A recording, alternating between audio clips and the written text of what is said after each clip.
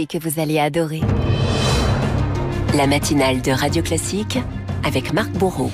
8h11 sur Radio Classique, l'édito politique d'Arthur Berda. Bonjour Arthur. Bonjour Marc. Arthur, vous nous emmenez ce matin au salon de l'agriculture où le bal des politiques se poursuit. Oui, et cela a beau être une tradition vieille comme le salon, le phénomène a malgré tout pris encore de l'ampleur avec la récente et violente crise du secteur.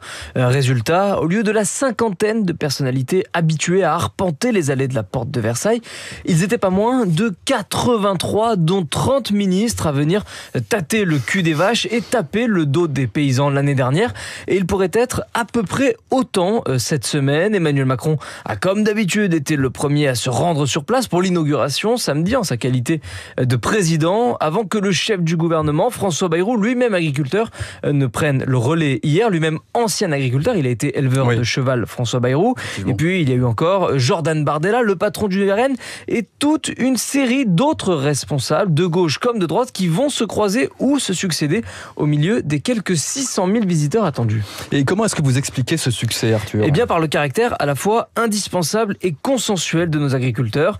Indispensable d'abord car ce sont eux qui, par leur travail, œuvrent à ce que la France reste la France, en préservant d'une part notre souveraineté alimentaire et en magnifiant d'autre part la richesse de nos paysages. Et puis, ils sont consensuels ensuite par la popularité record de cette catégorie de population, comme l'a révélé le dernier sondage Odoxa Backbone Consulting pour Le Figaro.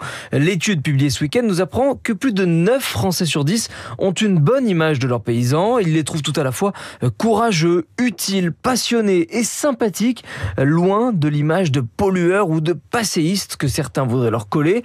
Résultat, le pays réclame que l'on arrête, pardonnez-moi l'expression, d'emmerder les agriculteurs avec des normes partout et qu'on leur fasse confiance plutôt que de chercher à les entraver en permanence. Et ça, c'était l'une de leurs revendications l'année dernière. Une parmi d'autres, oui, tant les difficultés des agriculteurs sont nombreuses, elles sont en fait structurelles pour certaines, comme la perte d'attractivité de ce métier passion qui conjugue très forte pénibilité et trop faible rémunération, et où les droits de succession empêchent la transmission. Et puis, il y a la dimension plus conjoncturelle avec par exemple l'inflation qui a aggravé la tension déjà existante autour du coût que paient les industriels pour acheter les matières premières aux producteurs, ce qui repose d'ailleurs la question des prix planchers.